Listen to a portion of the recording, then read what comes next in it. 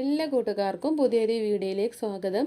നമ്മളിന്ന് ഉണ്ടാക്കാൻ പോകുന്നത് പുളിച്ചമ്മന്തിയാണ്. ചോറിൻ്റെ കൂടെ കഴിക്കാൻ കറികളൊന്നും ഇല്ലാച്ചെങ്കിൽ ഈ ചമ്മന്തി മാത്രം മതി ചോറിൻ്റെ കൂടെ കഴിക്കാനായിട്ട്. വളരെ ടേസ്റ്റിയാണ്. വീട്ടിലുള്ള സാധനങ്ങൾ കൊണ്ട് തന്നെ പെട്ടെന്ന് ഉണ്ടാക്കിയെടുക്കാൻ പറ്റുന്ന നല്ലൊരു ചമ്മന്തി കൂടിയാണ്. അപ്പോൾ നിങ്ങളെല്ലാവരും ട്രൈ ചെയ്ത് നോക്കുക. നമുക്കിത് എങ്ങനെ ഉണ്ടാക്കുക നോക്കാം.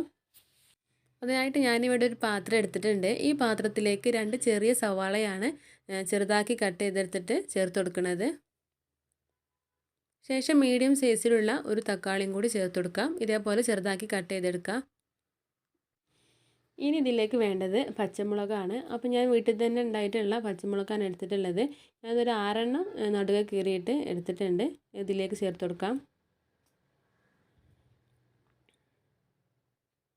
ശേഷം ഇതിലേക്ക് ഇതേ ഒരു വലുപ്പത്തിലുള്ള പുളിയാണ് ചേർത്ത് കൊടുക്കുന്നത്. ഇനി ആവശ്യത്തിനുള്ള ഉപ്പും കൂടി ചേർത്ത് കൊടുക്കാം.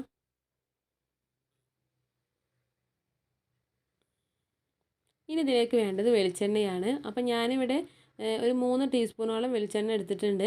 വെളിച്ചെണ്ണ ഇതിലേക്ക് ഒഴിച്ചു കൊടുക്കാം. മറ്റുള്ള ഓയിലുകളൊന്നും ചേർത്ത് കൊടുക്കരുത്. വെളിച്ചെണ്ണ മാത്രം ചേർത്ത് കൊടുക്കുക. അപ്പോഴാണ് അതിന് ആ ചമ്മന്തിയുടെ നല്ല ടേസ്റ്റ് വരികയുള്ളൂ. ഇത് നന്നായിട്ട് മിക്സ് ചെയ്തെടുക്കണം. കൈകൊണ്ട് തന്നെ നന്നായിട്ട് മിക്സ് ചെയ്തെടുക്കുക.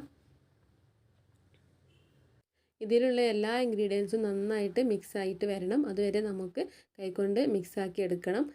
നമ്മൾ ചേർത്തെടുത്ത മുളകിൻ്റെയും പുളിയുടെയും ആ എരിവും പുളിയൊക്കെ നല്ല മുന്നിട്ട് വരോളം കുഴച്ചെടുക്കണം.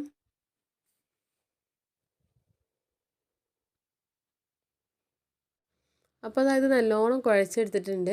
ചോറിൻ്റെ കൂടെ കറികളൊന്നും ഇല്ലാച്ചെങ്കിൽ ഇത് മാത്രം മതി ചോറ് കഴിക്കാനായിട്ട്. വളരെ ടേസ്റ്റിയാണ്.